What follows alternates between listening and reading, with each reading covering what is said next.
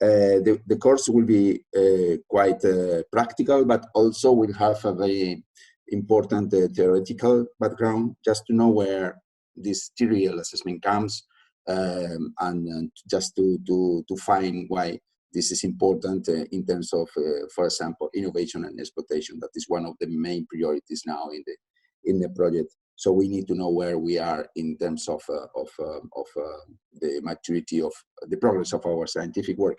So the usefulness of this course will be even more obvious after this session, after these 2 days, because it's when you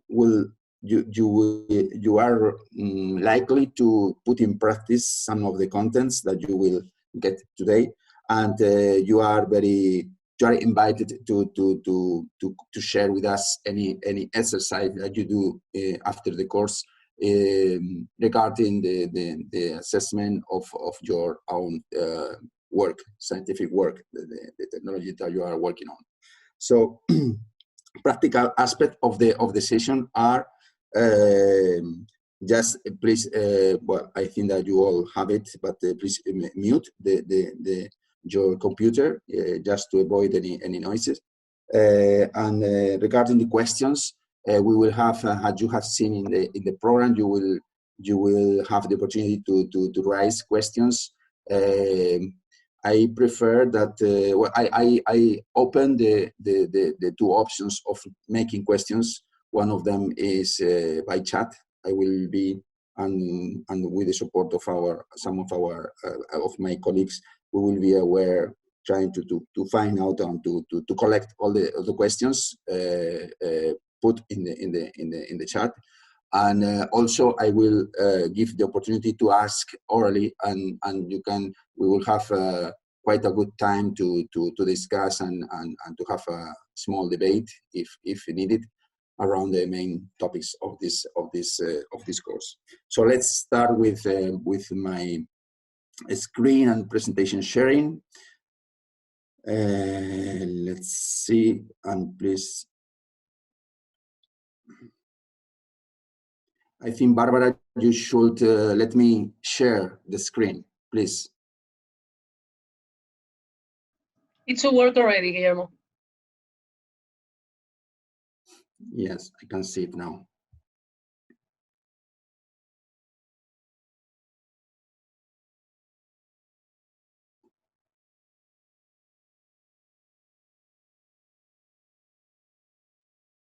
Can you see the slide? Yeah, very well. Yes. Okay. Okay, thanks. Well, technology maturity level assessment. Why, when, and how to evaluate the maturity of research results. The program of these 2 days are here. I will introduce the course, and then we will go across all the topics that you already have in the program that Barbara has circulated. What are the objectives of this course? Well, first is to learn why and how the progress of scientific and technological processes must be evaluated. Why and how we can do it.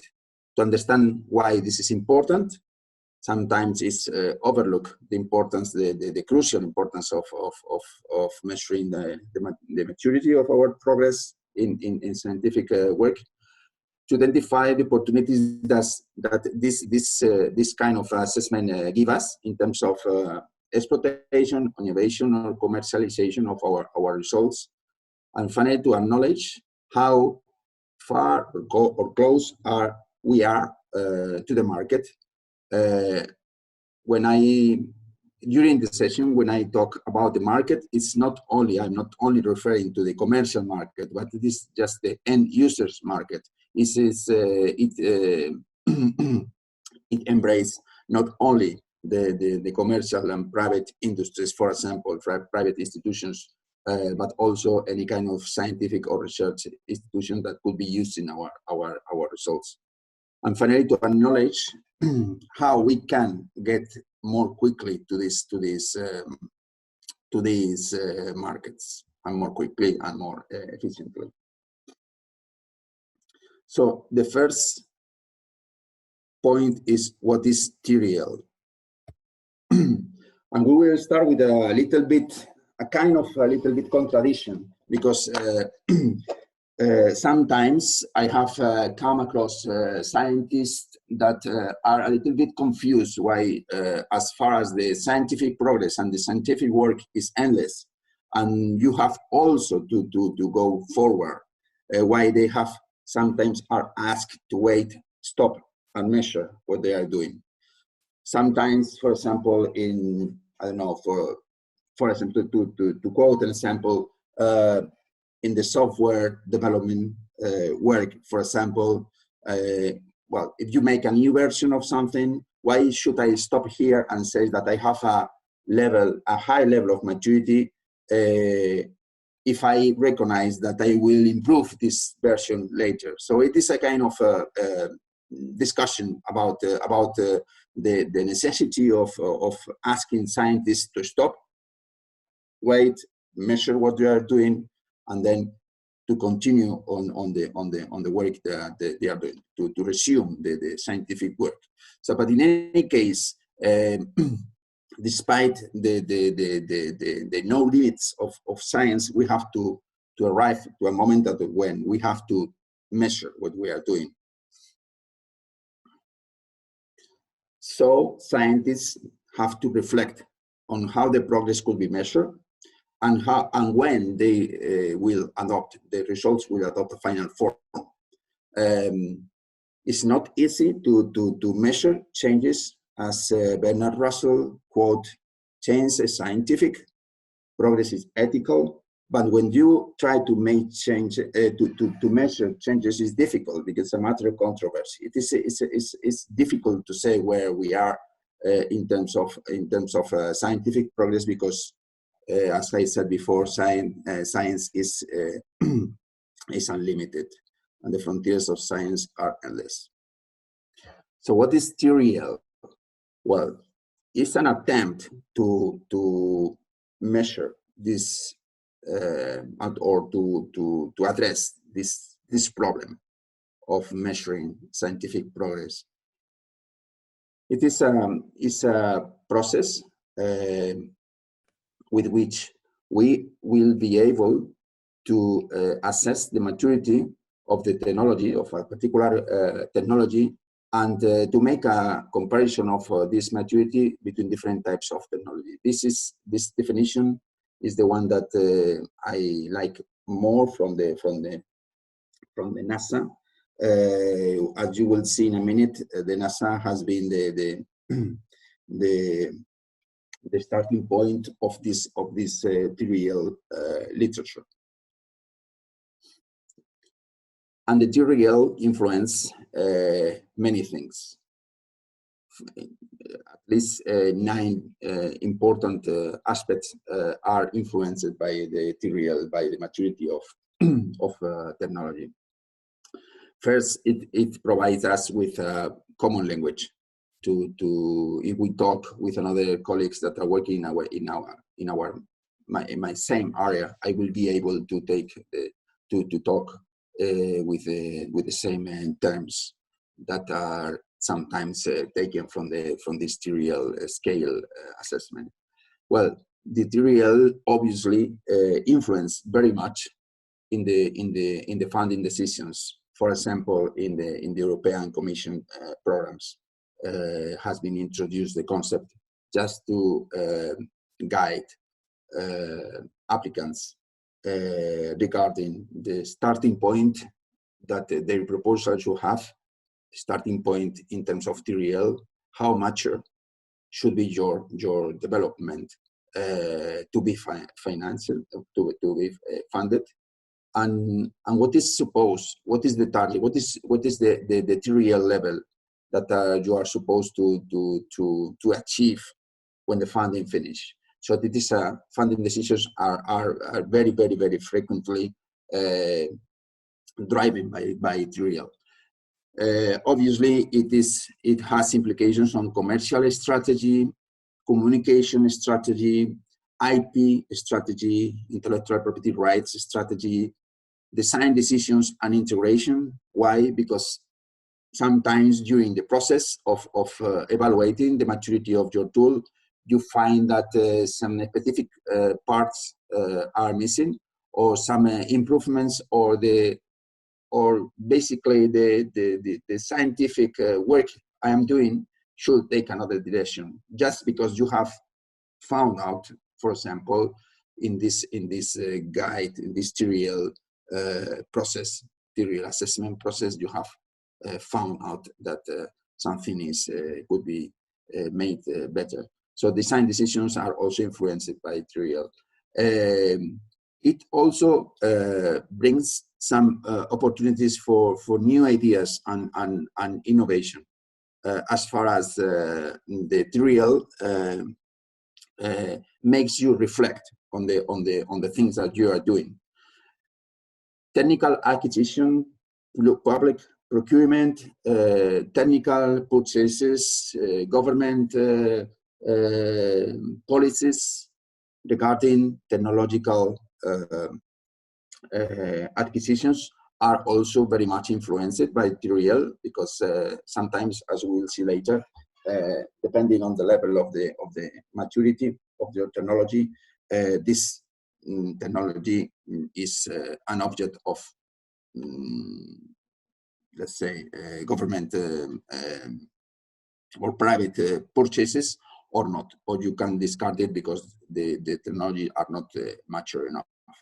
And quality aspects, awareness on the quality of the process is also a point that it is very much influenced by TRL, because sometimes when you will see later today and especially tomorrow, you will see that whenever you are in front of a checklist that tries to help you in this maturity assessment, you will find surely some points about which you have not stopped before to think about. You discover new things that you have to be aware of to develop something with the quality level that you are requested or you desire. So, as you can see, the TRL influence in many ways the work that we are doing in technology terms. Sorry, let's see. A minute.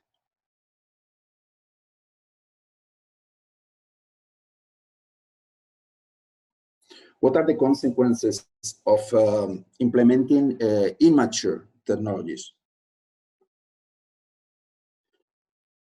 Well, any failing in implementing the right mature technologies has as a consequence increasing of cost, just to not to fill with the planet schedules, not to fill or comply with the strategies, undesired performance, well, customer or users dissatisfaction, projects failing to meet requirements, programs cancelled. As you can guess, there is a lot of aspect that can be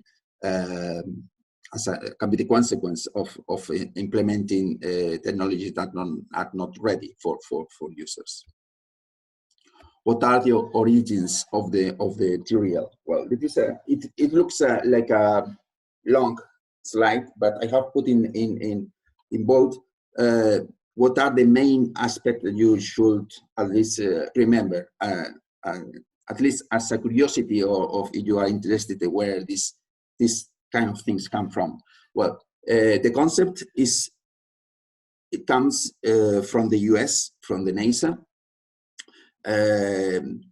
In the 60s, when all the space projects were very dynamic and very active, with the pre-flight rituals. Between the pre-flight rituals, obviously the vehicle should be ready to fly, and then awake the interest of making some kind of check-ins before the space shuttles go to the to the trips, the spatial trips, and so on. Then with the REGAN directive on 1988, it was the concept was conceived, and the U.S. policy was also pushing for a program model that that was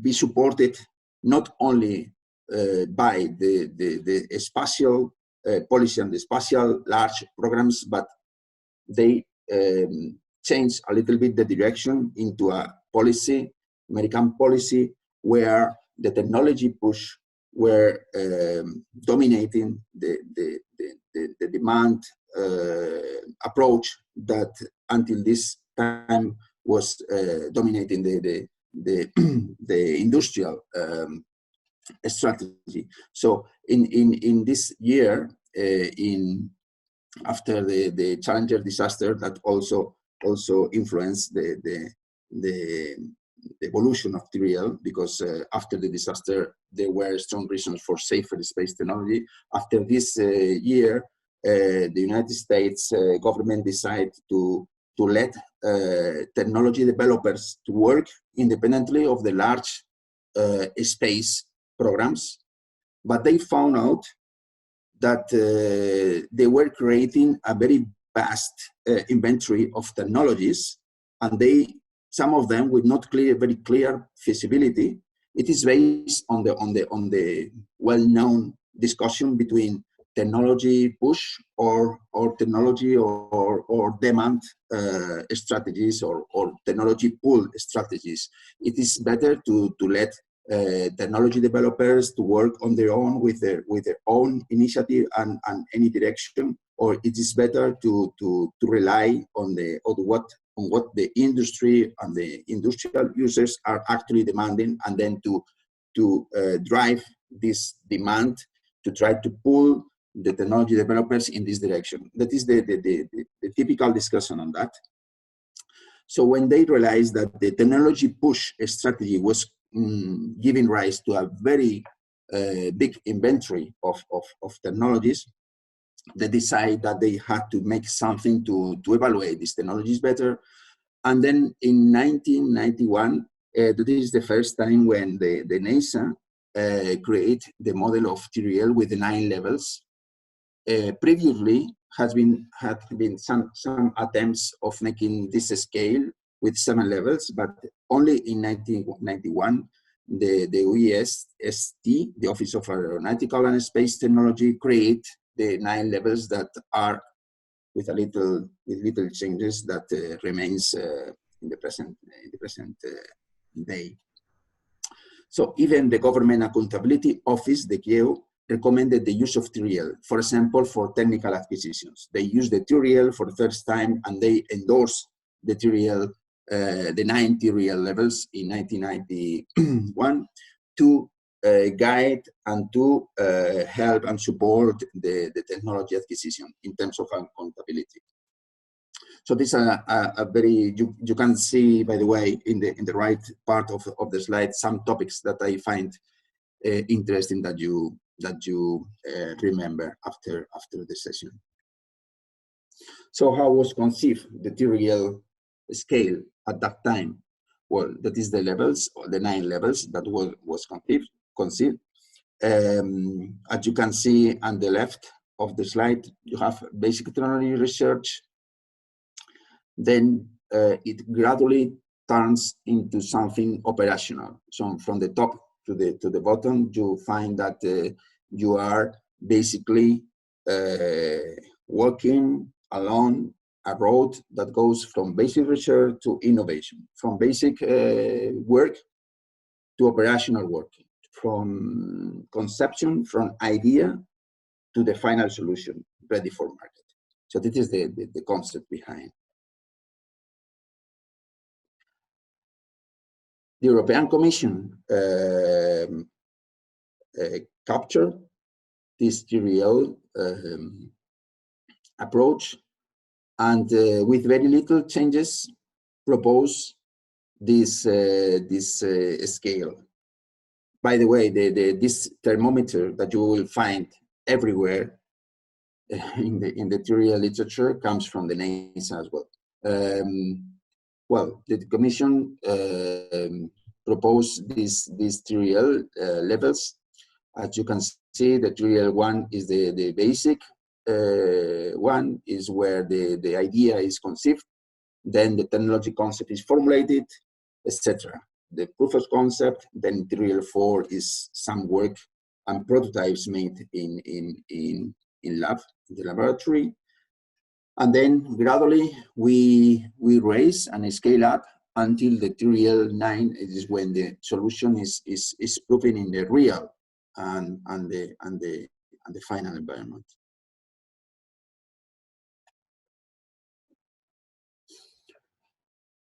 Research and innovation actors from a TRL perspective. That is a very interesting slide, I guess, to see how the TRL somehow reflects what is happening in the innovation and research and innovation system. You can see that universities like California, the MIT, the Massachusetts Institute for Technology, Columbia University, for example, are very much focused on TRL, low TRLs. What does it mean? That they are basically concentrating their efforts in the basic research in the conceptualization of ideas. And then at the top, in the other stream, you can see the industries. They are close to the market. Panasonic, Huawei, for example, they are focused obviously on the final solutions. Whereas in the middle part of the scale, you find research and technology organizations like Fraunhofer, like SIA, or the Chinese Academy of Telecommunication Technology, where that they actually work as a bridge between the scientific work and the market work. So they are in the middle. That is a hard work, what you will see later, what we have in the middle of the scale, because probably some of you have heard of the difficulties to translate the research results into something useful. That is sometimes called the valley of death in innovation terms. So this is when you have to devise ways of making your scientific results to turn them into useful applications. So you can see with this map, with this slide, how different institutions situate themselves in terms of TRL. So what is the relevance to innovation and exploitation? I think that we have still 15 minutes before we go to the questions. Yes. Well, just a very quick view of what is innovation. There is plenty of definitions of innovation. There's plenty of approaches, and sometimes depending on the epistemological position of the academic that suggests that definition. But what is also widely accepted is that the OECD Manual of Innovation, the Oslo Manual of Innovation from the 3rd edition. Well, we have here the definition of innovation according to the OECD. Innovation is the implementation of a new or improved product or process, marketing, transactional method. So there's a range of different results that can be new or improved in a technology process. But what is important is any of these product processes, marketing methods, or any kind of organizational methods must be new or significantly improved. So in some cases, when a company, for example, is adopting a new process, a new method, or something new, regardless that it is used in another places, in another place, another organization. It is an innovation for themselves. But what is also important to acknowledge is that to talk properly about something that is innovative, that is an innovation, this thing has to be implemented. So we have no innovation if we have not implemented or put it in the market. And again, I repeat that market means any kind of uses, commercial or non-commercial uses. But as before this solution is not implemented, we should not properly talk about innovation. You can have a very good idea and completed and ready for the market idea, but just hidden in your drawer, hidden in your room, in your lab, and you sometimes even by purpose, you prefer to have it there in secret because of strategic reasons, confidential reasons, but you cannot talk about innovation before you don't implement the solution. Sometimes, if we connect this with the TRL, sometimes you will find companies that are focusing their efforts in the higher part of the TRL levels.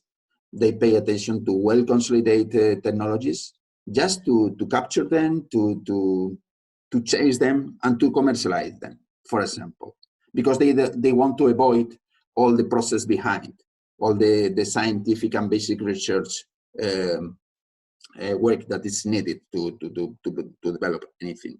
In other cases, the companies or the groups are interested only in mature works, in emerging technologies, just because they find that it's a good option to invest on them and to accompany them to the market and to anticipate a good position in this emerging market. So the TRL somehow can also support the innovation strategy.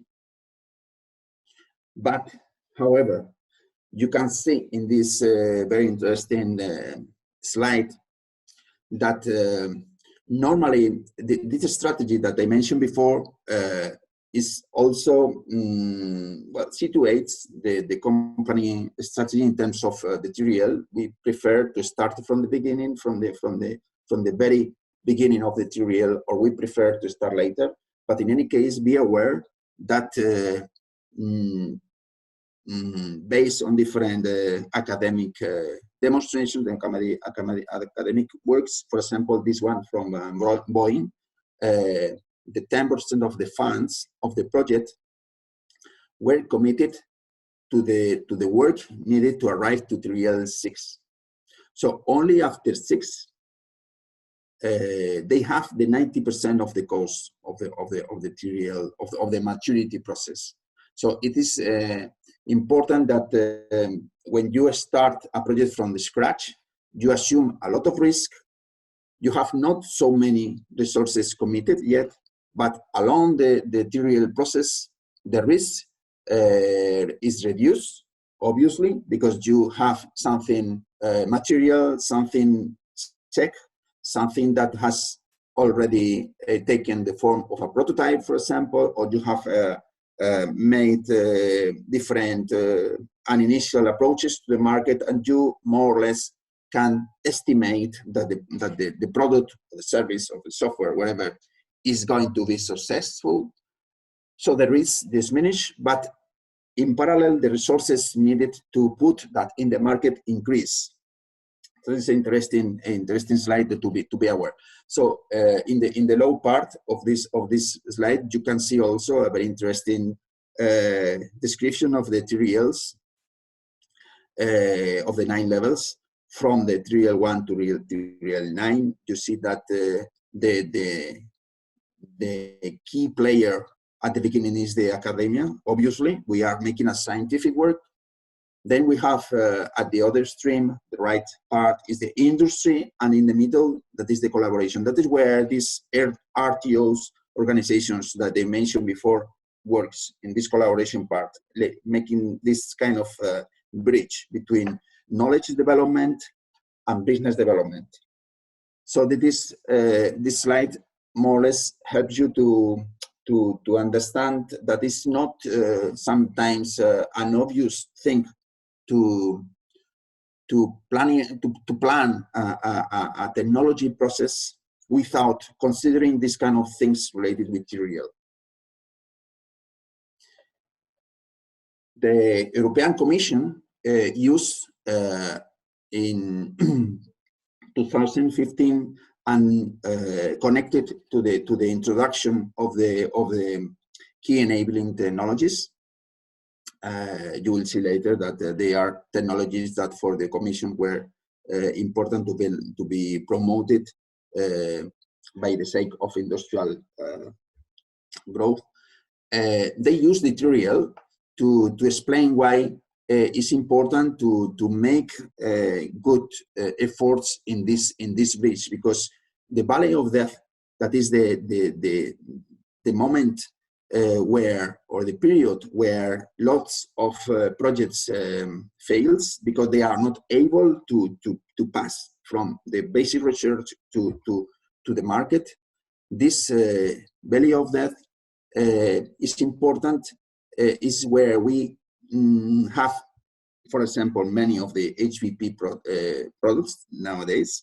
It's a very important part where we have to concentrate our efforts, our resources, because otherwise the research endeavors will be lost. So this is a very illustrative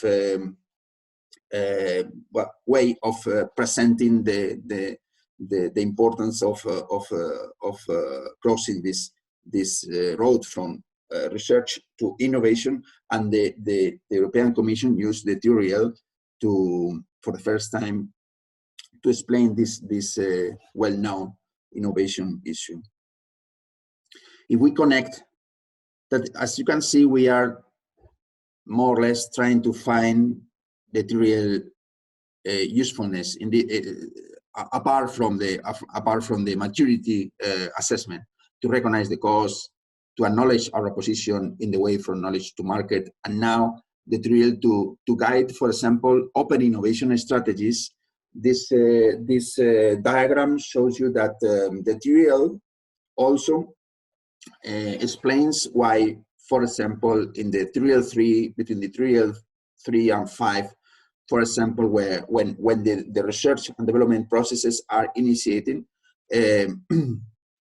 can as you know, open innovation is an innovation approach that basically considers that to innovate and to put something in the market is very important to have into account and to get inputs externally, and from every kind of knowledge sources and market sources, external ideas, external subcontractors, customers, partners, etc.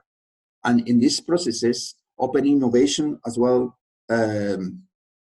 gives you promotes or puts the condition, the right conditions to, for example, to create spin-outs, spin-offs, to identify new markets, and so on.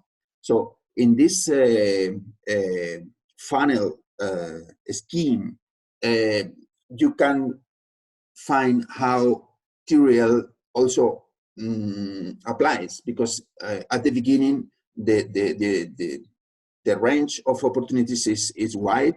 You have a lot of ideas and a lot of directions where to go, and during the TRL process, the funnel will be narrowed, and then but in open innovation, with the open innovation strategy, we have the opportunity to at that time and sometime to get the external inputs, and then to drive our work into the right market, identified market.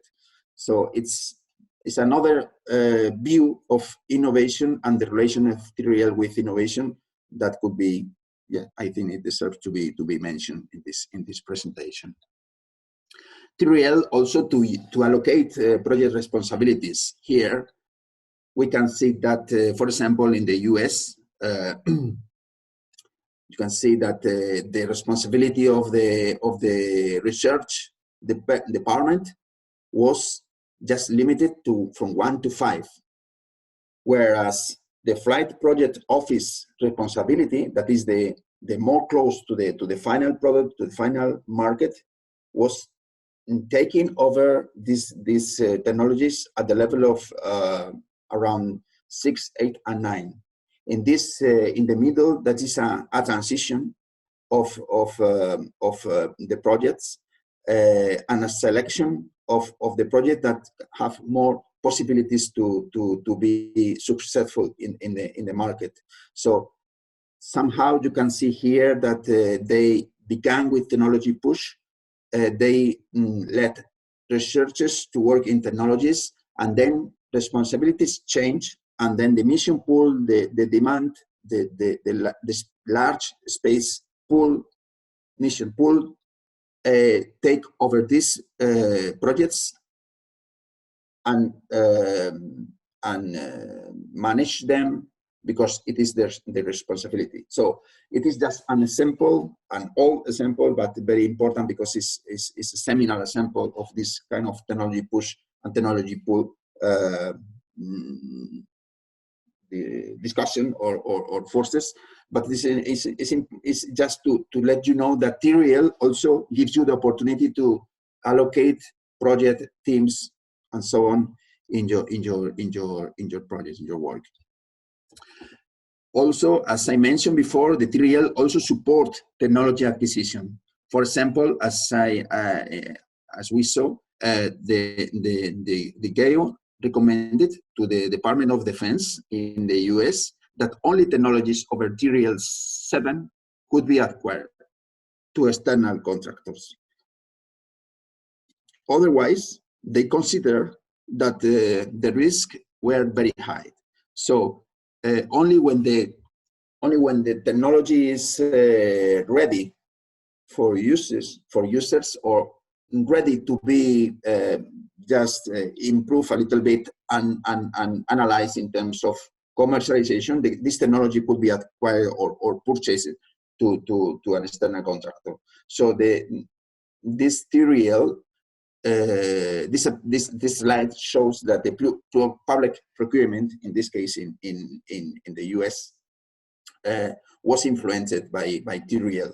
It doesn't happen only in the public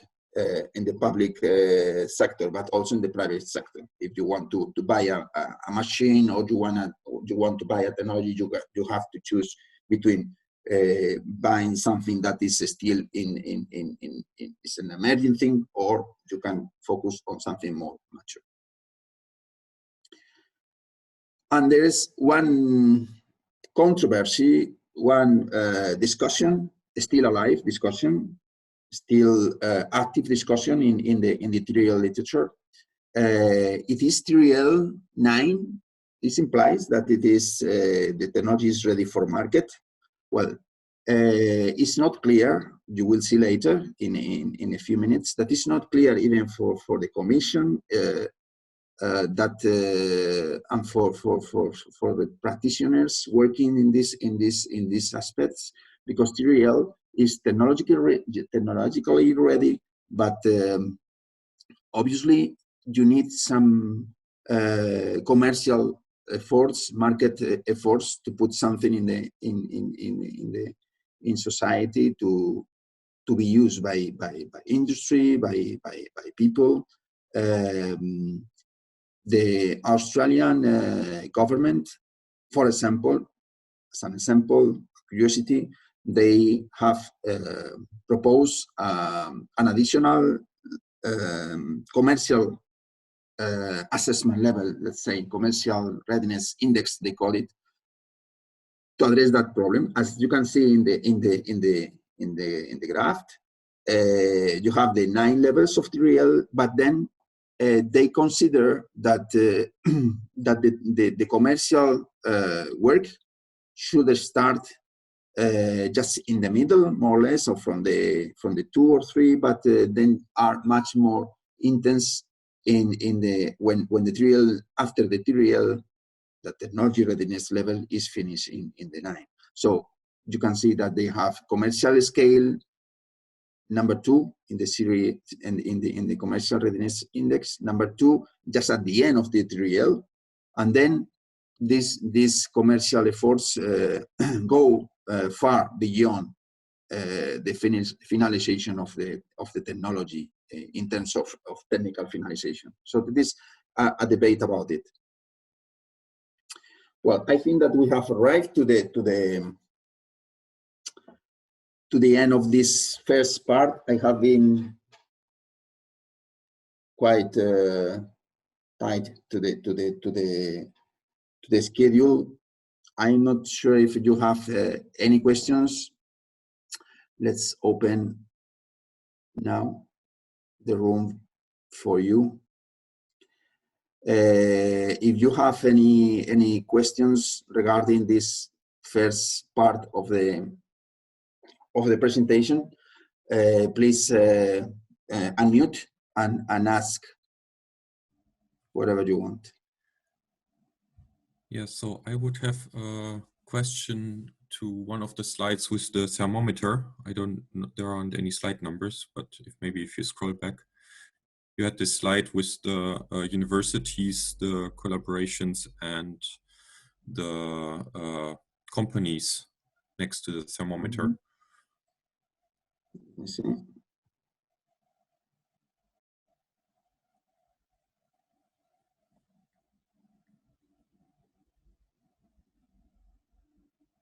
Yeah, this one.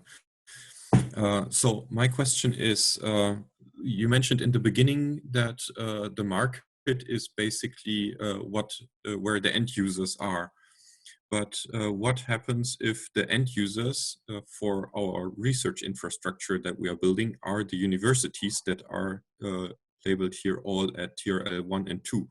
So the market is not something where we would have companies in the end, but the users are the scientists that live in the universities. So how does this TRL levels wrap around? Yeah, well, it does related with the remarks that I have made twice or 3 times that invite you to think in terms of users, not as companies, but as also scientific users. So what if you are for example, the infrastructure what we are making is made basically by researchers and developers, and at the TRL we started at the TRL very low, and it's a convergence of many tools in these low TRLs that have evolved during the project up to infrastructure that in 3 years will be ready for the market. But it's not necessary that there were that is companies now in this construction process involved. It's not necessary. It's good if we have it, but it is not necessary to have companies involved in the construction. But it's important that we capture the necessities of these companies or any other kind of users in the design and development of this infrastructure, as I show you with the open innovation strategy. So we have to hear all and address all the demands that are coming not only from scientific users but also industrial users. So it's you have to understand the TRL as a scale for measuring the maturity of something that can be used either by industry or by the government or by the scientific world or communities. That is the way that you should understand the TRL. I'm not sure if I have answered your question.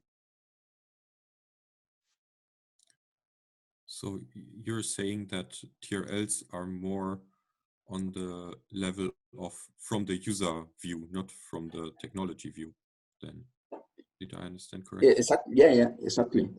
Yes. The TRL has behind a leitmotif, raison d'être, that is the user.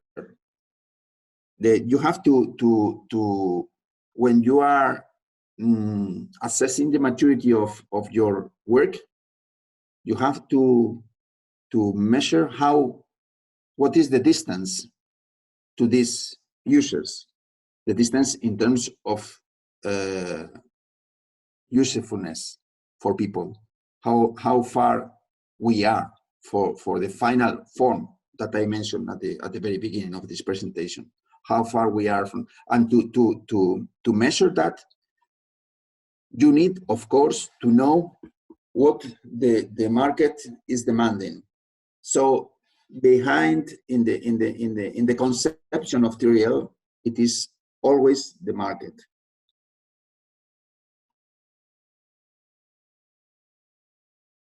Any other question?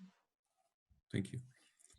Hello, Guillermo. I have another question. If you could go please to the slide where is the TRL scale of the EU Commission of 2014.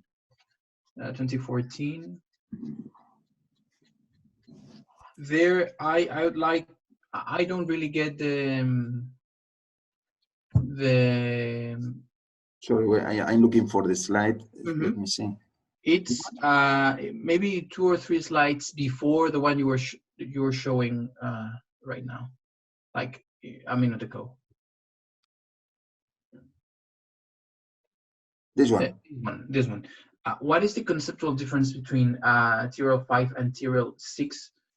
Because the technology validated and technology demonstrated, I don't really get the difference. Yes, well, we will see later this, but I can anticipate that validation is that you say that the prototype will work. Mm-hmm. You guarantee with your testing, with your force, with your demonstration, you anticipate that the technology will work in a relevant environment. We will see also what is a relevant and so on. And then technology demonstrated is when you actually have proof in practical terms that the technology has worked. Understand? Mm-hmm. So validating is previous because you are, let's say, estimating or with strong reasons that the technology will work and is ready for the operational things. But in TRL 6 is the first time when you demonstrate that by using the prototype that it is actually working in a relevant environment. It's a slight difference that we will see later, but that is the difference. Okay, perfect. And then a second question, please. In the high-level group key enabling technologies report that you showed, there was a phrase, a sentence that said, this report indicates that pilot line activities are a rate higher than R&D activities. Yes, here, yes. The concept, I don't really have clear the concept of a pilot line. Yes, is this one. You can see here this graph. Okay, perfect. Pilot line was just a terminology that they use to refer to this part between TRL and TRL 6, more or less. That is the more difficult, in the opinion of many people, including me, the more difficult part to overcome. The difficulties that is the crucial part of innovation, of any innovation process, is to arrive to the market from a research result. it's difficult. So this is the part where it's very important to make and to promote consortia between industry and universities, for example, and so on. And it is and the commission called that pilot line. Okay, perfect. Thank you. So welcome. Any other questions?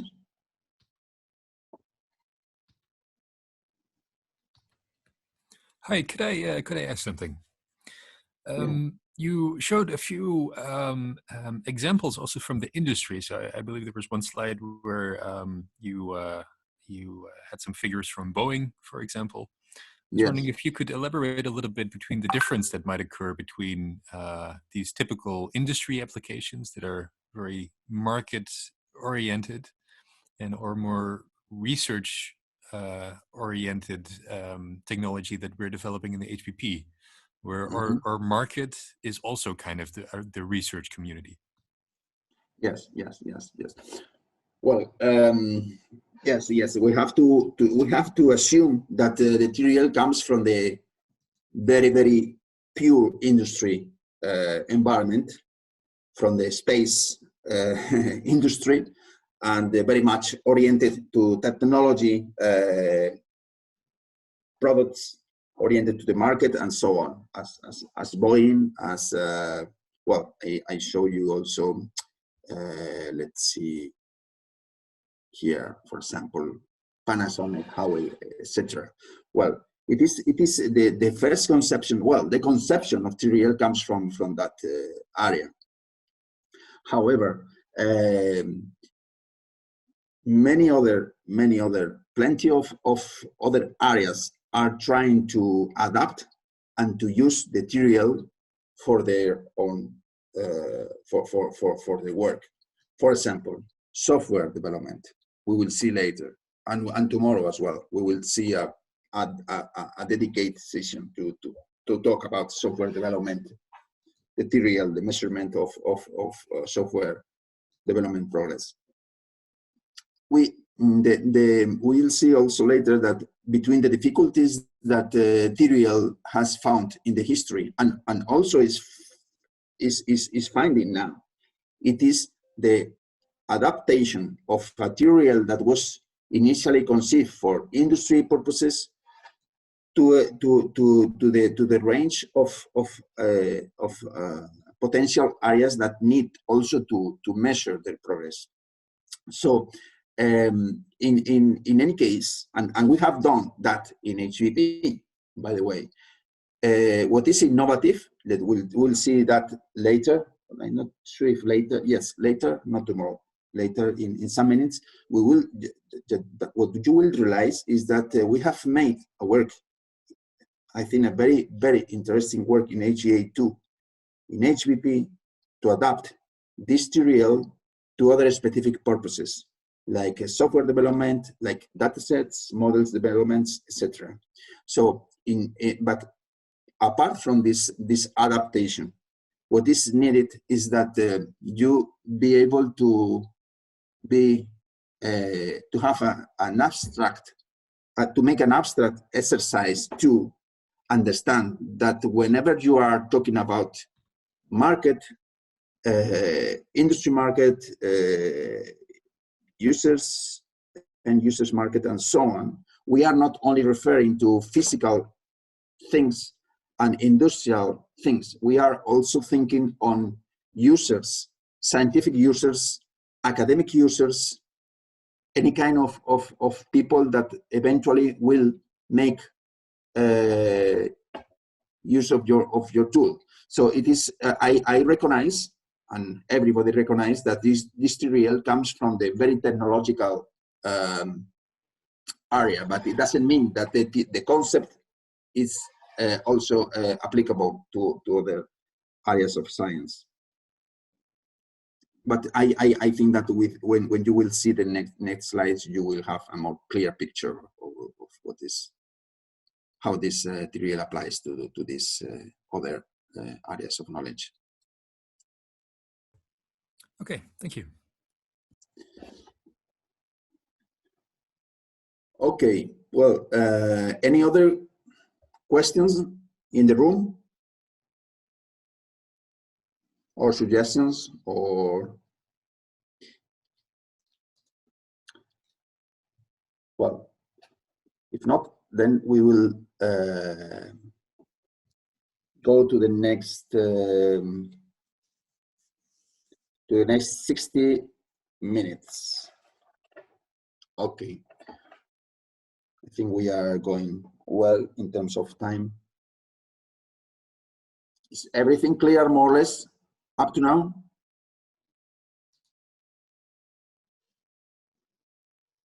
No answer. I don't know if it is.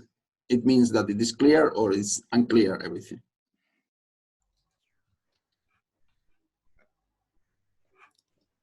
So far, so Well, It's clear. okay. Okay. Yes. I want to think that. Yes. Okay. Well, the TRL in Horizon 2020, and also in Horizon Europe, that is the next work program. In 2009, with this communication, preparing for our future, developing a common strategy for key enabling technologies in the EU. With this communication, the European Commission introduced the concept of KIT. That is very important strategic technologies on which the industrial progress of Europe depended. That is nanotechnology, advanced materials, biotechnology, micro and nanoelectronics, including semiconductors, and photonics. Later on, it was also introduced manufacturing and so on. And this high-level expert group for these technologies identified the problem of value of death, and they explain the terms in terms of TRL. We have already seen that. Well, they recommended the use of TRL regardless if the technology belonged to the KIT or not. So somehow this was a new an attempt of the European Commission to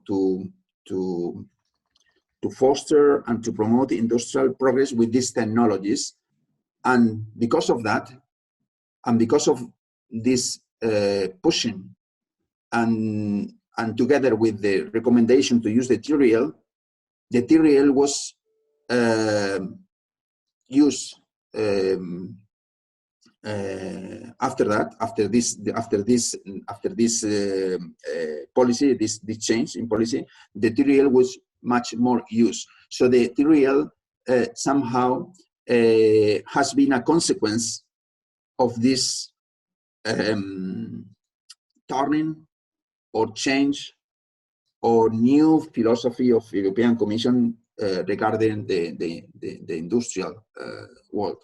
So they try to push industrial technologies, and as a consequence, the TRL was strengthened. The use of TRL was much more recommended and much more frequent after this turn in the European policy. So the TRL from this moment started to be used much more by the industrial people and the scientists.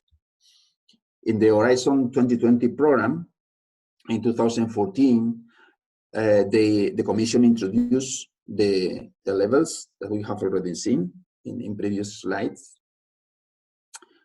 But surprisingly, it is very short explanation of what is TRL. Obviously, there is not any argumentation anchored to history as we are doing today. It was not explained why the TRL is better than any other kind of measurement. but just put it in the Annex G, the levels that we have already seen, and then let the different programs to use the scale on their own, specifying what are the starting point of the TRL when a technology or a proposal, shared proposal, should be funded, and when and what is the target, and what was the target for this program in terms of TRL. So you can find that in some chapters, and in some programs, they say that the funding, the proposals funded will be those that or require necessary to demonstrate that they are already in TRL 4, and they will be able, with the funds provided, to arrive to TRL 6, for example. Or the fast track to innovation initiative that was addressing SMEs, basically to encourage small companies and medium companies to innovate, required that the TRL 7 was demonstrated, that they already have something, and then they should arrive to TRL 9. So, and you can find in Horizon 2020 lots of reference to the starting and final points requested for a project to be funded. But it is not, but as I said, quite surprisingly, there is not a strong argumentation or reasons to use this TRL scale. So you can find in the Annex G, you can find the definitions of the 9 levels, very short definitions and very straightforward list of the levels of maturity. What is happening in the Horizon Europe program? Well, that is just a very quick draft of some things that are been doing in this sense. The future and emerging technologies are those that are funded in the low levels of TRL, whereas industrial leadership technologies like ICT, nanotechnology, advanced materials, and so on are more concentrated in the levels over TRL 4.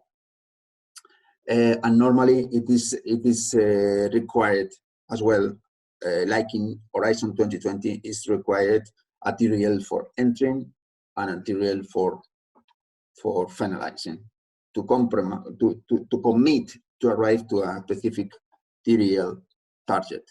But there is, I have checked many times the Horizon Europe program, and they have not added something special compared with Horizon 2020 in terms of TRL. Well, in the next slides, we will address together these 3 topics. TRL in HVP, the TRL assessment guide, and the checklist, because they are all connected, and I found that it was important to present it together. Well, first I will use this moment to let you know a little bit what we do in the innovation team in HVP. As you know, we are based in Madrid. We are dealing with innovation aspects of different groups in HVP, and then one of our functions and responsibilities is to help you to make some exploitation plans of your technologies to help you to know where you are in terms of maturity. That is the reason of this course, and we have been working on that for 3 years. And one of the things that we detected when we started with this work is that in HVP was very unevenly, and probably each group probably guided by their own knowledge or their own TTO, technology transfer offices, support, and so on. They made the TRL measurement in their own way. So somehow we detected that in the RAMAP and HEA2, HEA1, the TRL was evaluated very differently across groups. So there were a cohabit or coexistence of different evaluation scales.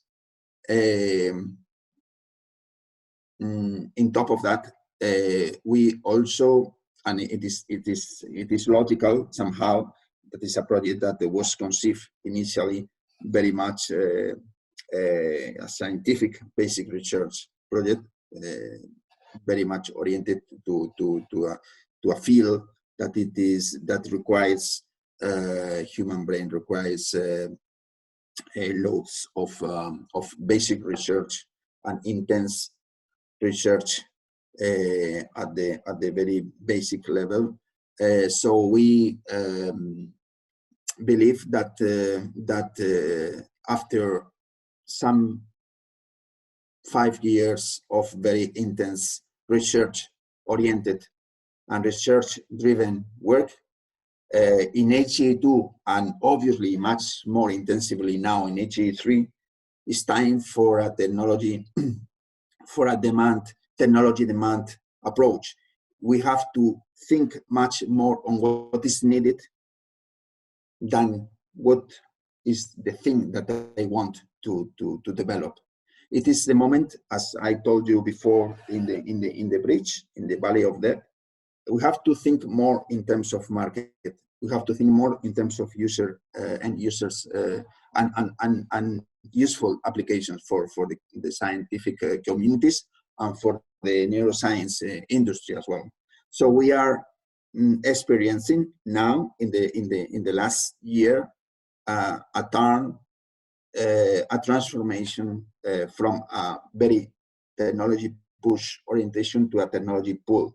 So that is something that calls for a very good understanding of TRL, and a very good understanding of TRL means a very a shared approach to measure the level of progress of our technologies. We should make, all of us, you should make use of the same procedure. Otherwise, we will not be able to compare the progress of different groups and so on. And also in practical or administrative for practical or administrative reasons, obviously we have to report to the Commission the level of our progress in an homogeneous way.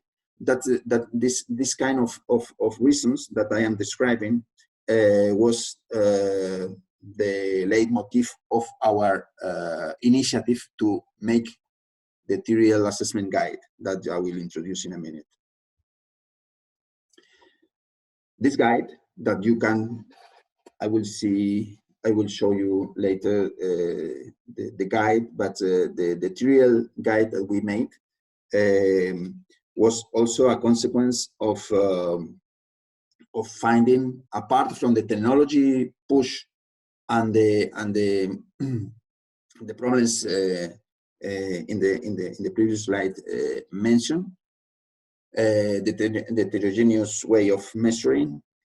Apart from that, we found very important aspect to address and important problems that not only us but also in the technology community worldwide have been found. it is that sometimes a project develops results of a different nature, that it's related with the question that that one colleague has made some minutes ago. We are not only making things for industry, we are making things for any other users and things and solutions of very different characteristics, very different nature. This problem is not only recognized by us last year or 2 years ago, but also recognized by the NASA scale in other areas. It's in the literature, you can find questions about that. The association, the European Association of Research and Technology Office also propose the necessity of making a customized TRL assessment, tailoring the TRL according to the type of result that you are making. So this is something that was in 2014 already highlighted by this important association. Apart from that, we can find another difficulties. That is that the TRL should be something regularly updated and changed and reviewed, because each scientific area has problems related with time. From time to time, from 6 months to another 6 months, could happen changes for example, in this area. I mean, widely speaking, for example, a new breakthrough that happens in an area that can influence the work that I'm doing in this related technology and so on. Environmental change, normative change, regulatory changes, ethical aspects. Well, there's plenty of reasons why each scientific area, let's say, the software environment is radically different than, for example, the medical device or the pharma area in terms of the context, in terms of the context circumstances. So that is another problem. And especially in the IT world, the capacities and resources change over time very quickly, as the Moore's law suggests. And this dynamic world makes also difficult to adapt and to use the same material for everybody. And then we need to customize and tailor the material for the specific area that we are working on. And there is another, if we have not few, we'll add another difficulty that is present in the material discussions. How can we assess the maturity of something that is not isolated? It's not a technology component. It's a group of components all working together. It is not obvious also this assessment.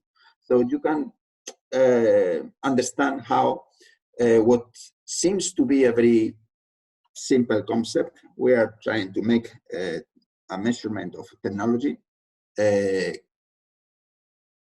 becomes to be a topic or a discussion with very different lines of debate. The necessity of customizing the components, the system, the changes over time, etc. So it is not easy to make a TRL assessment in this way. And why our TRL assessment is innovative? Because there have been very little attempts in the literature that try to adapt the NASA to results of very different nature. The most that we have found is this, it is an adaptation of TRL to software, but nothing about or very, very, very little about the models, very, very little.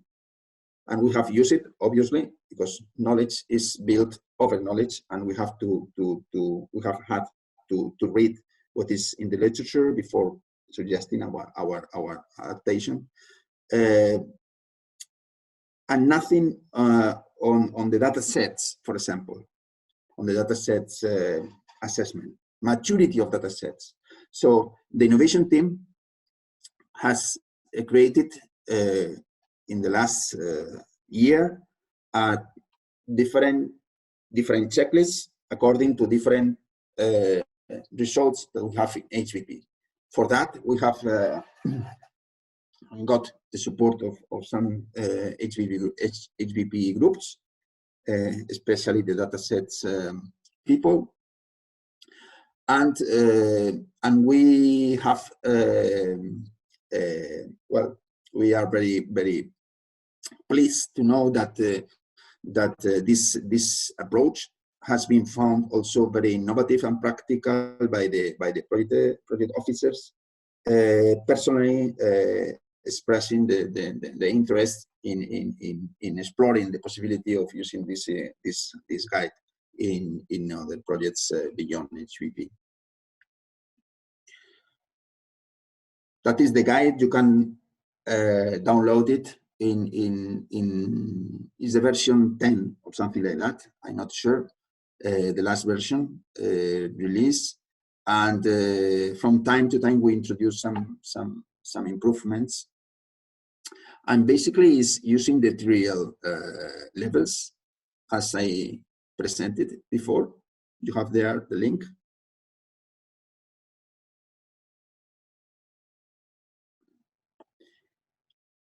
Now we will see the guide and the checklist more in detail tomorrow, but I want to use the next slides just to dig in a little bit more in this scale, just to help you to understand the concepts and so on. I think it's important. Probably is the core of the course to understand this thermometer at the biggest extent, and with detail, and also with the perspective of what we are looking for. Well, the 3 blocks of the TRL scale normally are divided in three groups. The first one is related with the project initiation, the idea, the conceptualization of what we are going to do in terms of research, and the proof of concept.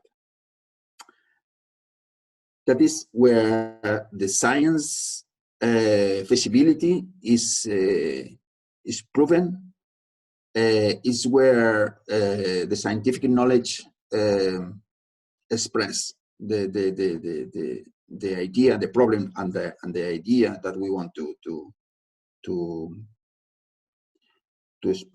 work on. Then the second block, it is the technology development related with the engineering feasibility, the technical development, and then we start with the TRL 4, that is this prototype. Then we have the validation in a relevant environment. We will see in a minute what is a relevant environment compared with the operational environment and so on. Demonstration afterwards in the level 6, and these are the parts where the idea is taking consistency and then is taking the final form that I talk about at the beginning of the presentation. And finally, we have the third and highest block, that is related with the final functionalities, feasibility, operational feasibility, and eventual production.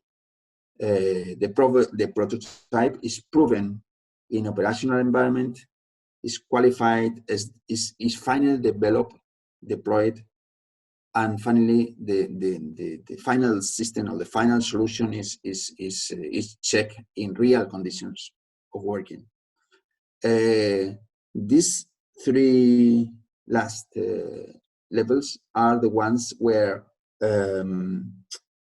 it is overlapping the technical finishing of the solution with the business analysis, market analysis, in short, the market preparation. So sometimes you find that the people start to think and I recommend that obviously to start to think in terms of market at the level 3, for example, or even in the 2, in the level 2. But it's useless to make any market actions at that stages. Whereas in the level 5, 6, 7, and 8, for example, it is very reasonable to initiate market dialogues, market analysis, conversations with potential users, and so on. So that is the way, the part where when the preparation for the market is conceived and made.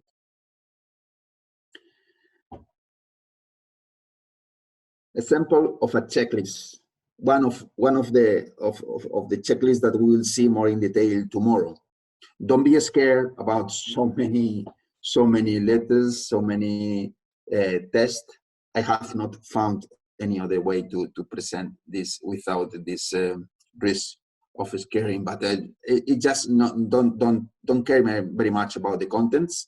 What I want you to learn from this slide is that basically you will find in the guide a checklist of tick boxes that on which different sentences on which you have to reflect. You have probably, as I said before, you will find topics, sentences that you were not aware that you should have in mind in your process. But so it's at the same time it's a practical but a didactic way for you to make for your work. So you will hopefully learn from these topics.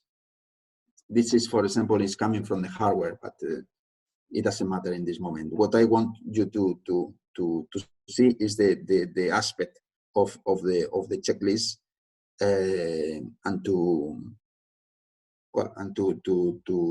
anticipate that you will have to read the sentences and then make a tick in the boxes.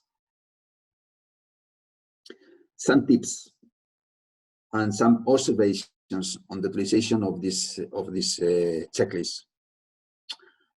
Well, first, obviously, you have to choose the category. So you have to choose what is the results you're working on. Hardware, the 5 checklists that we have made are hardware, software, services, datasets, and models. In the case of services, datasets, and models, we have called, and in the literature also, the literature also does, we have used the readiness level. We have omitted the word technology. It's readiness levels. One important thing, the third point is very important because you have to be aware that a checklist should be done for a specific technology development that you are doing, a specific solution. Each solution needs to be assessed individually. I have come across with people have tried to make a TRL assessment of all the group work. It's not it is not the objective. The objective is to make a TRL assessment for every technology development that you work on. So if you are working in 3 things, you have to make 3 assessments, 1 per each work that you have in your desk in a separate document. So you can basically you have to copy the checklist and to repeat it and to analyze the different work you're doing. You will find that in this list, sometimes the wording is similar in the same level. That is purposely done in order to confirm that what you have answered, or you have that to confirm that you have reflect on this statement, and probably you are being requested to reflect again on the same concept twice, just to guarantee that important concepts are addressed and are part of your reflection. So don't be surprised if you find that one sentence looks like another. Or in some cases, be careful that in different levels, you will find very, very similar sentences. For example, you can find the same sentence at one time referring to relevant environment, and then you will find the same for operational environment, and then the question is the same, but it changed the conditions. It's not environment. It's not the same operational environment than a relevant environment. The fifth point is related with the solutions that include a variety of tools and services. It is something that I have already described as a problem, a recognized problem in the TRL literature. Well, when we have a tool that is consisting of different other tools, we have to, if someone is asking us to give a level of maturity of the full tool, you should define the level of maturity of your tool according to the lowest level of the components of this tool. See, if you have a platform consisting of 3 tools and you have to give an assessment, you will say that the level of your platform is the one corresponding to the technology that is less mature. Another tip to make the checklist is to try to check and to tick all the boxes, and a specific level is not achieved if all the boxes are filled, are complied.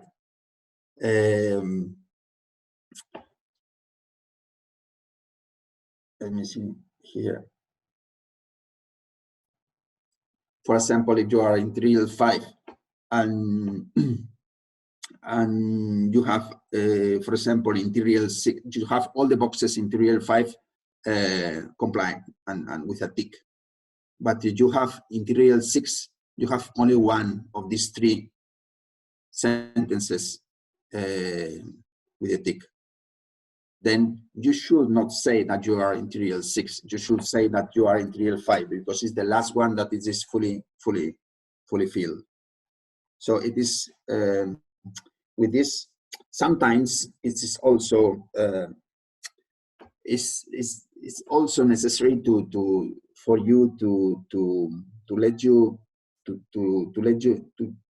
be aware that when we are talking about the TRL, we are not talking about an exact science. We are not making a mathematical assessment. It means that we have flexibility somehow. We can say that, well, sometimes people have not other choice than to say that the maturity of his work is between TRL 5 and 6, for example. But you can say that, and you can say as well that you are more, you have more things completed activities and requirements completed in TRL 5 and 6, but you are being just entering in the next phase in the TRL 6 level. So it's not something that should be, we have this kind of flexibility, and in fact, it is the real situation of many of your work. You will find that probably you have some ticks in the TRL 5, for example, but one tick in the TRL 4, I'm sorry, in TRL 2, for example, or 3, or even in the 1 has not completed. So you can say that you are in TRL 1.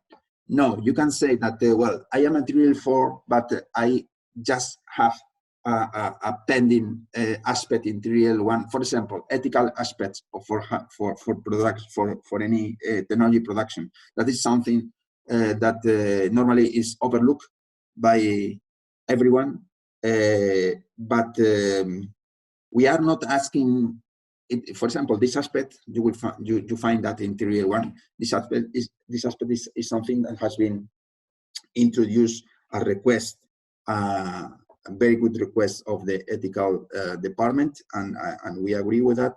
And it's something that normally is not very much considered when the TRL 1 is happening, when the project initiation is happening. But with this kind of statements, we want to ensure that these ethical aspects are also considered. If you have developed your technology and you are in a TRL 4 with a prototype, for example, but you have not ever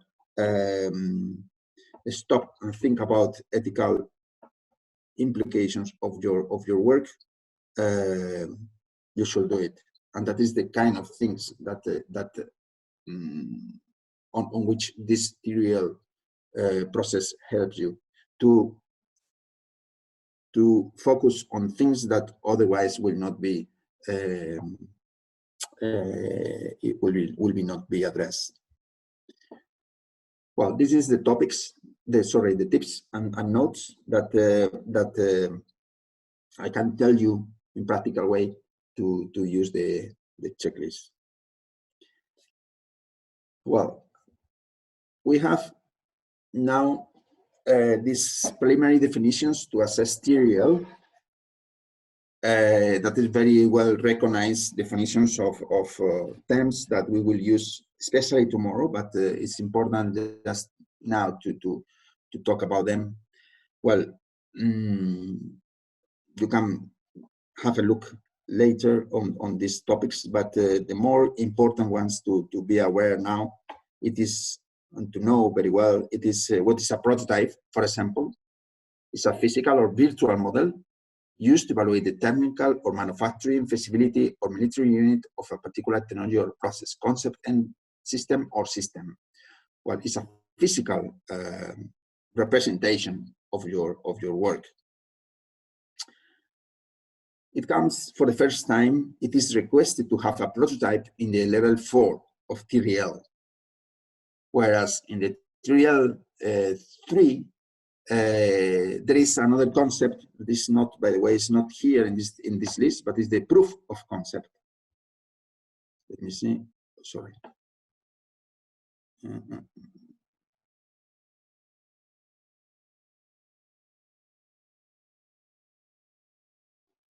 In level 3, as you can see here, this is a proof of concept. Well, proof of concept is something that is not, it doesn't require a prototype, physical prototype, but it is needed to show and demonstrate that the concept is feasible, and it is the last that we can understand it as the culmination, as the finalization of the first block, the 1, 2, 3 block. When you, with the proof of concept, tells to everybody that the idea will be ready, it's ready to be transformed in a prototype. So what is a prototype? The physical or virtual model of the concept. What is a relevant environment that we have seen in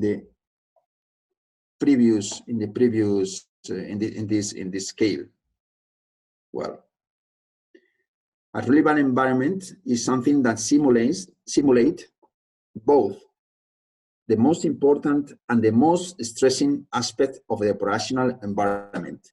So it is very easy to understand. It's something that you try to represent, or to when you have the solution, you have you are in the lab, and you need to check the prototype against real conditions, but you are not ready for real conditions. You have to represent somehow the conditions of the final environment.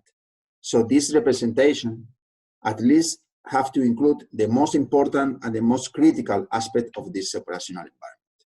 And what is the operational environment? Well, is the final environment, is the final conditions.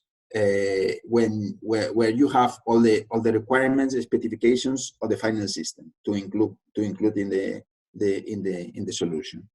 So that is the difference between relevant and operational environment. Another terms that is useful to be aware. You can have something in the middle between relevant environment and operational environment. It is a simulated operational environment. Is the last row of the matrix.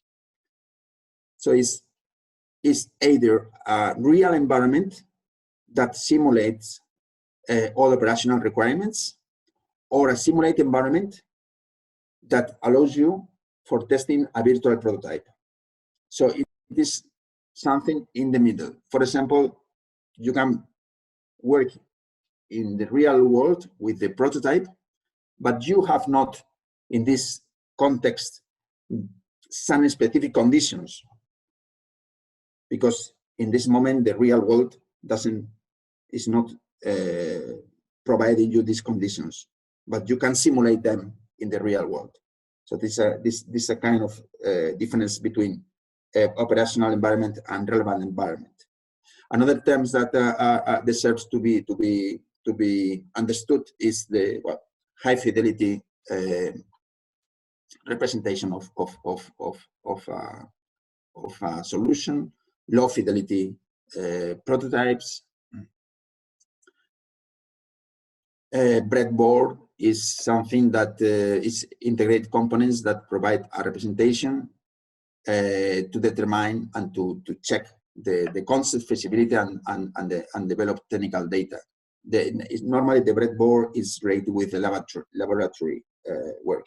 So we are referring with the breadboard to the first 3 levels of the TRL scale. So these are different definitions that can be useful for you to understand better the checklist.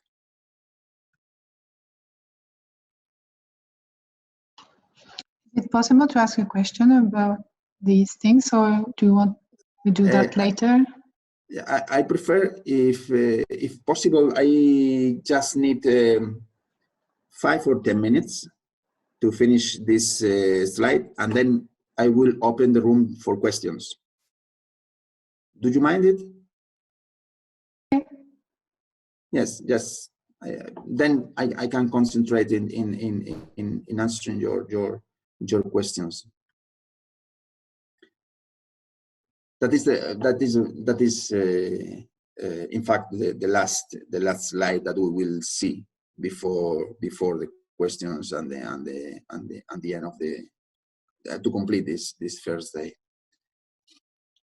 Implication of TRL for the innovation radar. The innovation radar is a tool that probably most of you have come across with. We have worked very intensively in this innovation radar request from the Commission. The innovation radar can be found in the website that you can find at the bottom of the slide. It's called Ignore Radar. The Innovation Radar is an instrument the European Commission is using currently to identify high potential innovations and innovators in Europe, related with the funded research and innovation programs. Well, it's a kind of database where eventual investors can find promising results and to contact them and to try to. It's an instrument to help overcome this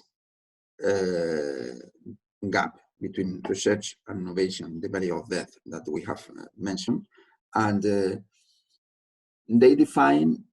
We have proposed to the Commission every year. We propose a list of technologies that are promising technologies emerging in HVP, and they give us the feedback. One of the data that we provide for each technology is the TRL, is the level of maturity. And then afterwards, we receive a feedback from the Commission expressing their opinion, their insights about the possibilities, the potential of these solutions, why they should be promoted or why not,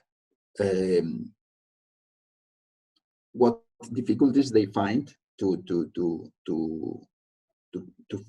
go on investing in these technologies, etc.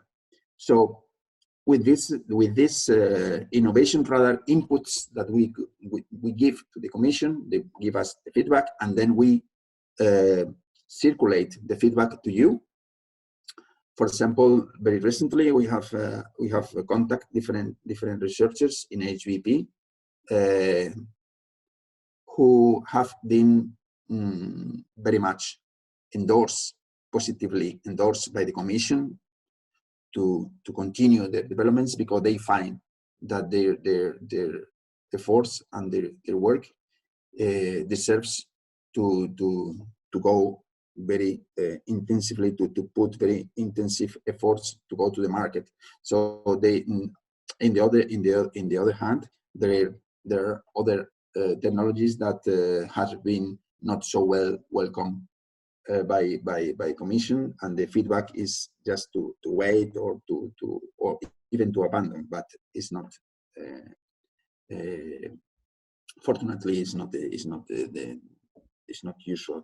But they give us a feedback on the technology that we have, and then they put in a database, and the database is formed by these 4 levels, let's say. So presently, they are not using, in the website, they are not using the TRL, the 1 to 9 TRL, but they are using these groups or these categories to put the technologies from exploring, that corresponds to the first 3 levels of TRL, to tech ready, business ready, and market ready. So here you will realize that the discussion on where the discussion that I present before on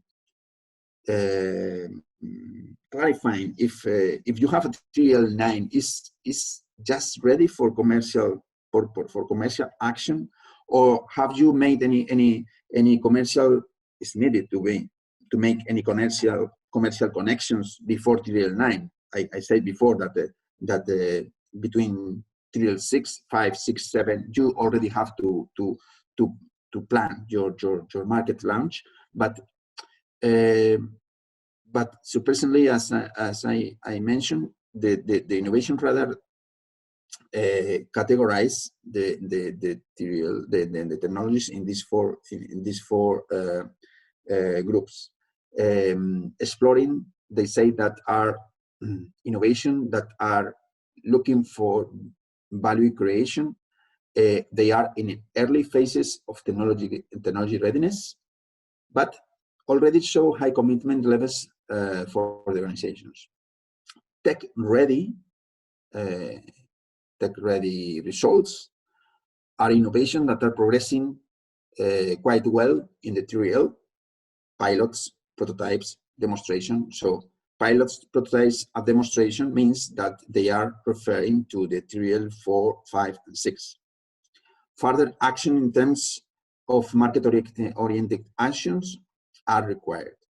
So here the Commission is inviting to people that has TRL levels around 5, 6, 4, 5, 6 to start the business and the market plans. And then we have the business-ready technologies, innovation for which concrete market-oriented ideas have been put together. So market studies, business plans, etc. And they are considered advanced on the market preparation. Here, I have to say that in the innovation team, we make, apart from helping you and supporting in the TRL assessment, we also help you in making market analysis. We have actually finished a market analysis, a preliminary market analysis of neuromorphic computing that has been delivered to the neuromorphic group. We have go in this sense, in this area, a step further to identify companies that are potentially interested in the work that our neuromorphic colleagues are doing. So we are in this process. We have making another market analysis on the virtual epileptic patient tool in the Marseille University, just to support the eventual creation of a startup. It's another kind of support that we provide. And we are likely to start new market analysis in the next weeks on other different areas of HPP. We have also made some analysis on the pharma demand and the way this HPP supercomputing tools can help and the pharma industry. And so on. So that is the kind of things that the Commission are asking us to do with the specific technologies. And finally, market ready definition in the innovation radar are innovation that are mature and show high commitment of the project to put them in the market, are ready to the market. So, I have put here the TRL level, the TRL arrow, just by the middle of the business ready and market ready, because it is not, as I said, it's not obvious if when the Commission talks about TRL 9, it is not obvious that they are. In fact, there is many places in Horizon 2020 where TRL 9 scale was also denominated from idea to market scale. So to what extent after TRL 9 a lot of market actions are needed, it's a matter of debate. So, I finish, I think that on time, or 5 minutes before time, and I am very happy to address any kind of questions. Let me see if I have something else. Guillermo, sorry, I just wanted to make very small correction. The innovation radar exercise is not done every year. I think you said every year. But it's only done at the end of a grant agreement. So at the end of each phase. It was done at the end of HGA 1, at the end of HGA 2, and it will be done at the end of HGA 3. Okay, yes. Thank you. Very small. Thank you, Barbara.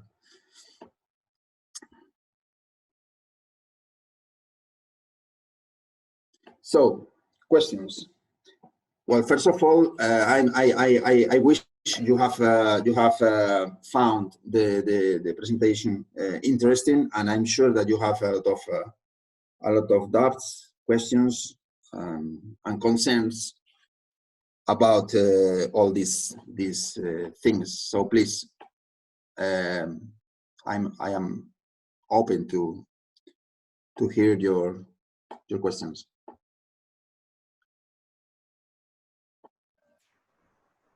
There are questions in the chat. Maybe I can start. I have a question regarding the checklist. Because you said then when maybe you have a suite of software, then you should assess in the checklist the lowest one, the lowest member of that suite of software. But as I also think as Donald pointed out, there are when you have a workflow and a suite of software, you have different steps for the user to go from input to output. You might need an assessment also on how well the transition between the different software pieces are, because they might be all at TRL quite high, but maybe there is no API between them, or it's very manual processes or like that. So do you envision a separate checklist for such situation instead of just listing the sum of the members? Well, your question is something that we will try to give answer tomorrow in the specific checklist for software. But I can anticipate that I will talk about the different versions of the software, for example, because it is normally a software version overlaps with another versions. Some versions are already in the use by people, but you find that these people are proposing changes, identifying bugs, identifying improvements, and then this kind of suggestions and check-ins give rise to new versions of the software. But what we can what the TRL works in that sense in the following way. One version can be in the TRL 9, whereas another version of the software, for example, that it is just incorporating new functionalities, can cohabit with the previous version, but it is actually in a TRL lower, because it is a version that that is incorporating new things, but are still these new things are still in the maturity process. So different versions of software can cohabit, and each one could have different levels of maturity. That is related with versions and software releases.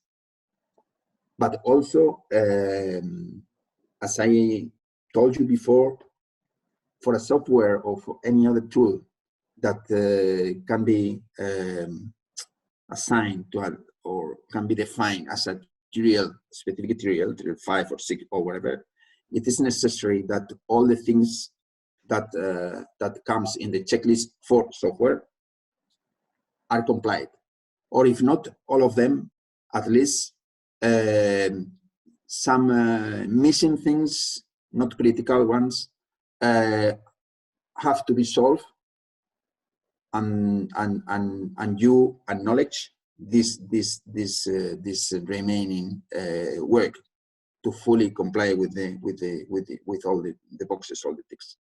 I don't know if I have more or less answered your question. Yeah, but it was more precisely when you have several different pieces of software that are grouped in a workflow. Well, yes, that relates with the system problem that I told you before. If you want to assess the system, the workflow as a whole, then you need to make the assessment for every piece of software.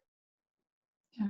If one piece of software is 5, another is 6, another is 7, the level of the workflow tool is 5, because it's the lowest one. I understand, but what I mean is, like, even if you have 3 pieces of software that have level 8 separately, maybe together they will have level 5 because transition will not be met correctly, of course. right? Yes, of course. So it's the same idea as you explaining with the versions. Exactly. It's also something like, yeah, you have a high version could lead to lower TRL, but also if you have 3 or 4 or 5 pieces that have high TRL, but if you group them together in a workflow, of course, unfortunately, obviously. it might lower the TRL. Yeah, obviously. So I was wondering if you have a separate checklist for that workflow situation. To have questions about how the pieces communicate, or how easy is it to go from one to the other.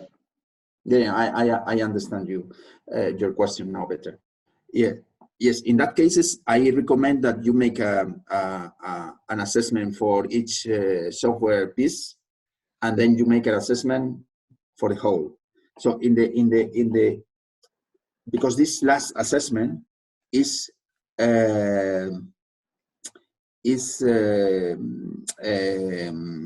inviting you to reflect on the way that the workflow as a whole is functioning.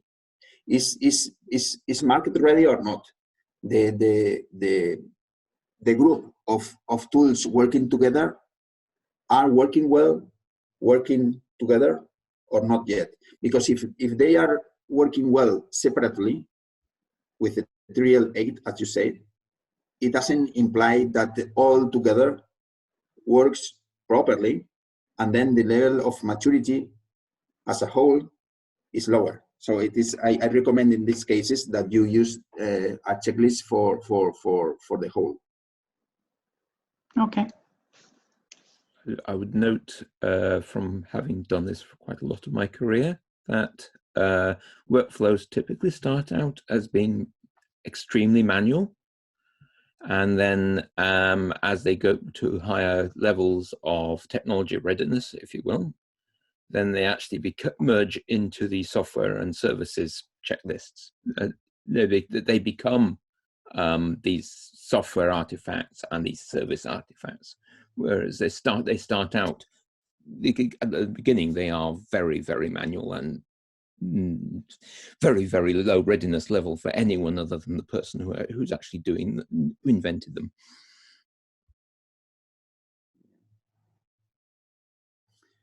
So for definition, would you still have a workflow considered as a software, or would it move to service? Because sometimes the term service is not really clear. What is a service? The difference between those two would be depending on how it is to be deployed. If you are talking about you take it to somewhere else and then you are just using it yourself on your, say, on your own machine, then that meets the definition of being a software artifact. Whereas if it's instead the workflow is exposed to the world as a service, and then you go to the site and then you just use the site and things like that, and that's a service. Whereas at the start out, when it's all just manual, I've got to cut and paste these things and drag and drop these images and things like that. That's neither of those. That's its own thing, but we have to. Whilst we need that thing as a concept in the thing, we should say that high levels of these things, it should become either software or service, because at that point you are locking it down so that it's no longer needing manual steps that can go wrong. It could even happen. It could even happen that if the workflow that you are making that is composed of different software, if it is with a modeling or simulation purposes, for example, you want to simulate something and to run the software to make the simulation can be considered a model instead of a software of a service. The workflow itself can be a model. That is why very interesting the model approach, the TRL assessment for models that we have suggest and they will see tomorrow is something that can also be considered in your work, because probably what you are doing with this workflow is representing a reality. The representation of reality is a model, it's a simulation. So depending on the objectives of your workflow. Yeah, thank you. I had another question, and then I will let others also.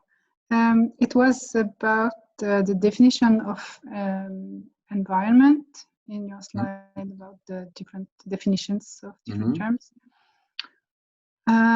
You said something about like simulated environment, or I don't remember exact the terms you used now. But yeah, that slide with a relevant or operational environment. But let's say you have test users. So you have your software and it's working quite fine in your hands. So it's up to a certain TRL. I don't know, it will be maybe 6, 7, I don't know exactly.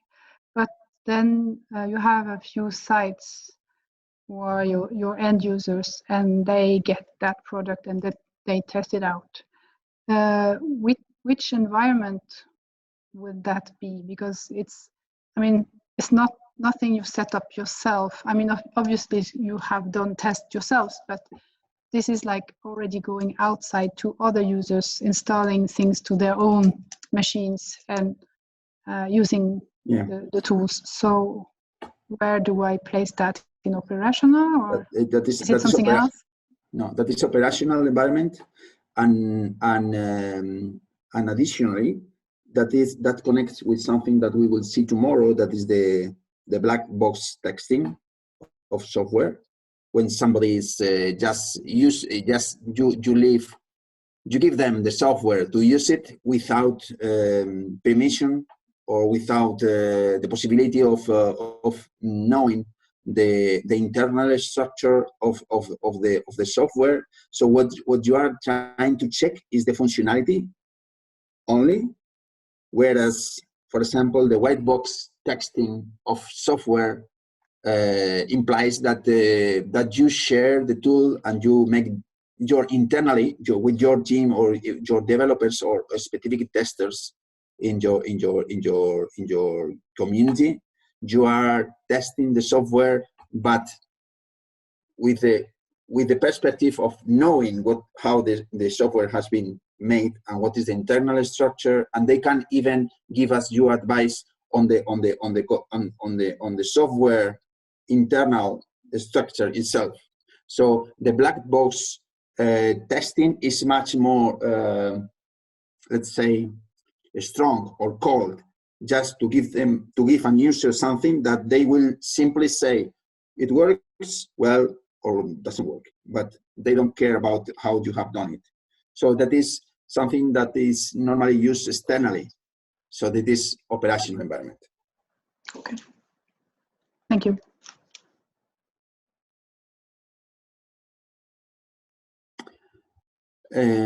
Probably I have to check to the chat. I don't know, Barbara, if you have... The people that wrote questions in the chat have already spoken, Maya and Donald, so I think there are no new questions in the chat, if I'm not wrong. Okay. Thank you, Donald. Because I have not seen the chat yet. No, it's fine, Guillermo. Okay. There are okay, no new questions. Okay, thank you, Barbara. Only some nice comments. Thank you.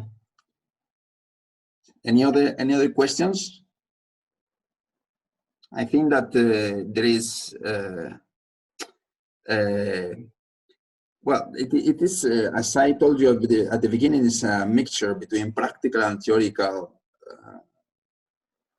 introduction to TRL or lessons or seminar on TRL, but you can also maybe have some questions related with the theoretical part of TRL more than practical. I don't know if I am able to answer. I will be very happy.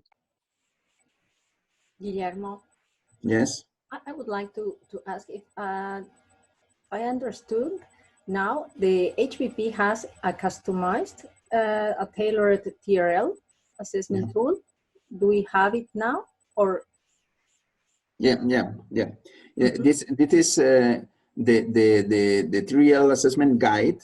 That is a customized tool for hardware, software, models, services, and data sets. Is available in the innovation page. Well, Patricia, I put the link, and Patricia and everybody, the link to the TRL guide is now in the chat. Okay, perfect. So already we have this guide running nowadays. Mm-hmm. Yes, and the technical coordination team is using it as well. They are following the same guide, and yeah, here it is. Okay, thank you. It is from time to time we will update a little bit the version. So if you download it, it is the version 10 or 9 or 10. Well, from time to time you can check that some small corrections can be done or whatever, but it will happen probably 1 or twice a year. But basically, what is being said there is the final version that on which we have worked very intensively in the last year.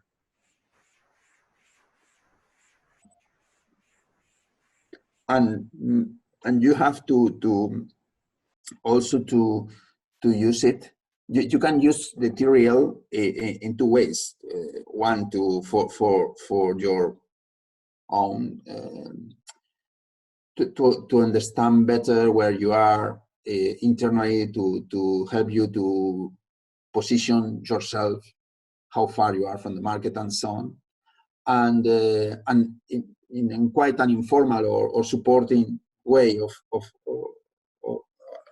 quite informal way of supporting your work. And another moment where you will have to make this TRL more formally is when you, for example, are requested by the Commission to make an exploitation plan of your work or report what you have done in the innovation radar and so on. Or because we have to, tomorrow you will see a nice representation of the TRL on across HVP, where we are actually, where the different groups or different areas of knowledge of research in HVP are, in terms of compare all together. Just to, I can anticipate the diagram that you will see tomorrow, that HVP is in general working. All the developments, the majority of the developments are between the 5 and 6 TRL levels of maturity. So it's logical, because we are in the 6th year or 7th year of 7th year of the project. So yes, it will be terrible that we will find that all the technologies are in the TRL 1, 2, or 3, because it will mean that during this year we have not been able to overcome this bridge between research and market. But we are there. I think that we are in a very good situation and position to make this this road to the market more fluent and quickly. Okay, and maybe another question.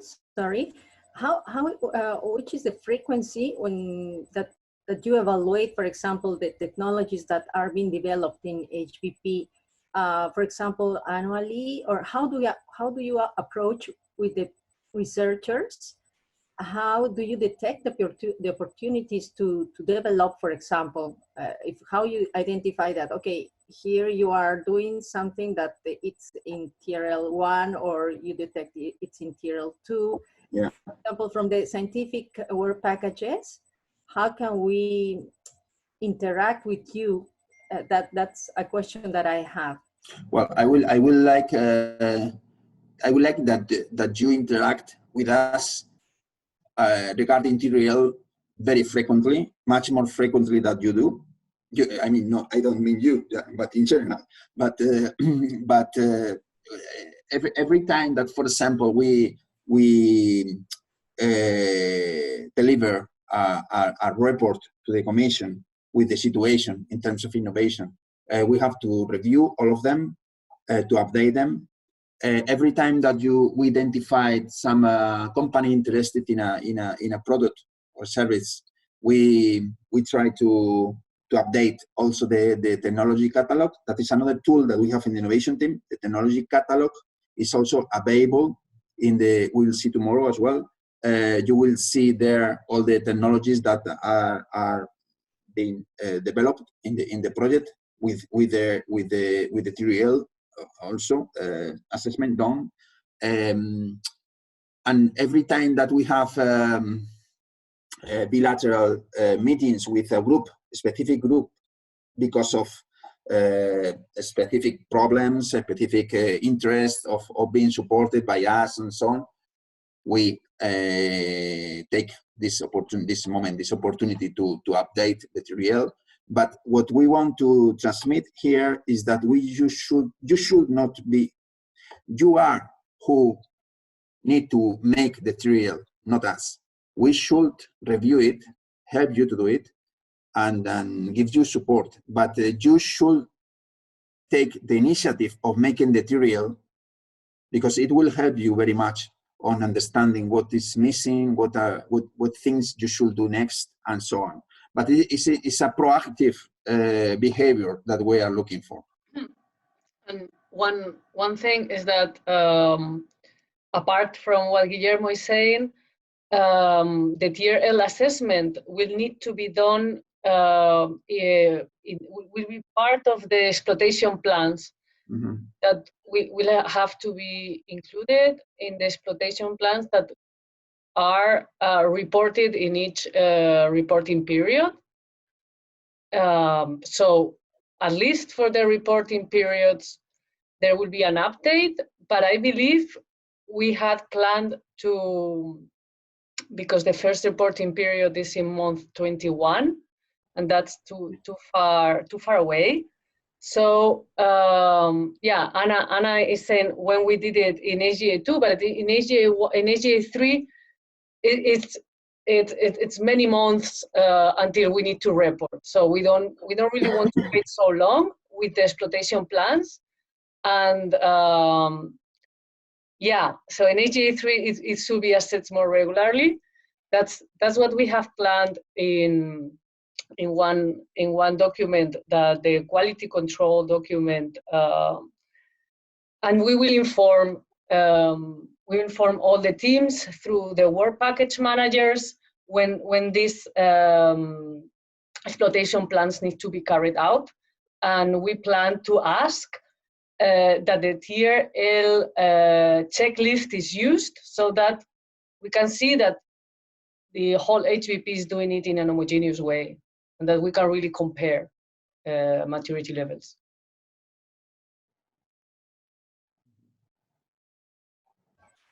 Thank you. Guillermo, I also had a question about this technology innovation radar assessment to which we participated. I wonder if it could be possible tomorrow to have a more detailed feedback on the assessment, because in the report it was very short. You mean your specific the feedback on your specific results, your results? Yeah. But yeah, I'm not sure if you have received we have circulated. I have received like an email with a table with the assessment. Well, but it's only one sentence. Well, I have to say that the reviewers have been in some cases very concise, and they have. In all cases, they were very concise for all the results assessed. They didn't provide a lot of information. But to flesh out this feedback, I invite you that we have a meeting with you, in particular during the next weeks, and then we can talk more in detail about what is our opinion on your development, because we would like to have more populated feedback on each technology, but it is not the case. Okay, great.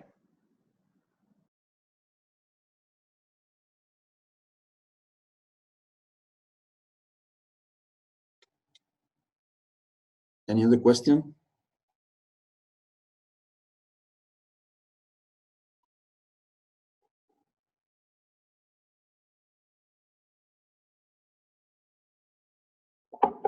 Well, I will dedicate this if there is no more questions, in this last 5 minutes to explain what we are going to do tomorrow. Tomorrow we have it changed.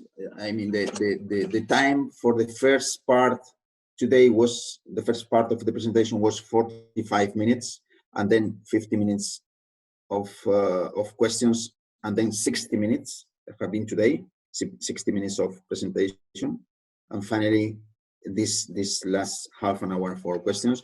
Tomorrow will be slightly different, as you can see in the program. First, we start with a 61-hour full session, then the questions, and then we will have 40 minutes. So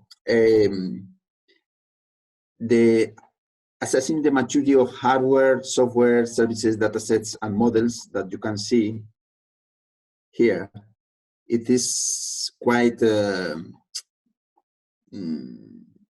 demanding on terms of multiple questions that could emerge.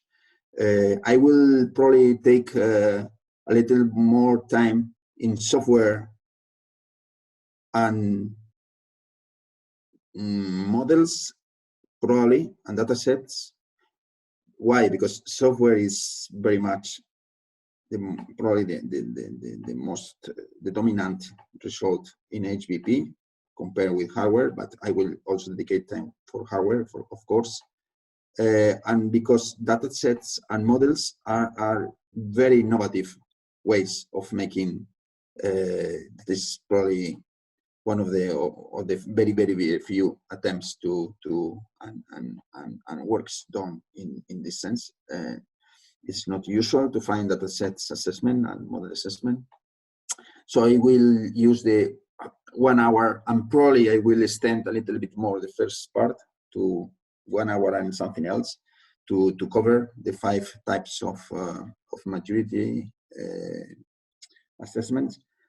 And and finally, I will introduce in the practical examples topic.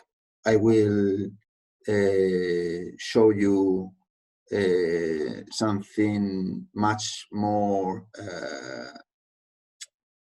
dynamic in terms of format. It will be, I will show you how everything is related in HBP regarding the TRL, how they are, how many TRL we have in one area, another, and so on. And then finally, and at the end of the presentation, I will show you 3 examples of 3 tools that are in different levels of maturity, how are their technology cards or sheets where they are described and why they are assessed as TRL 6 or 7 or 8, whatever, and why, what is the main aspects that corroborate as with a very quick review or reading of the what they are doing, how we can infer more or less on what level of maturity they are, and to corroborate that they are right. So we will use three examples for that. And yes, and I think that you will find it's very interesting that you can have a look. It's useful that you, before the session tomorrow, if you have a quick look to the TRL levels, the 9 levels. That is to have in mind this. Yes, basically this slide, to know the 9 levels, what are they, what they mean. To have in mind these 9 levels is could be useful to understand better the rest of the 5 sessions. So if you have the opportunity to download the guide in the web innovation web page, you can do it today and be ready for tomorrow. Any other question? Okay, if you have no more questions, I think that it's time to finish here. I want to thank you all very, very much for your attendance. I wish that you have enjoyed, you have learned a little bit. Please don't hesitate to contact me directly through my email that you will find here.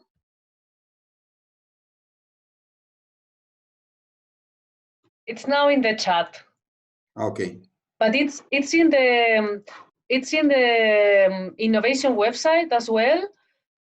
You are the contact person for the technology readiness level. It's in the link I sent before as well. Okay, so okay. they can find you. No problem. Okay.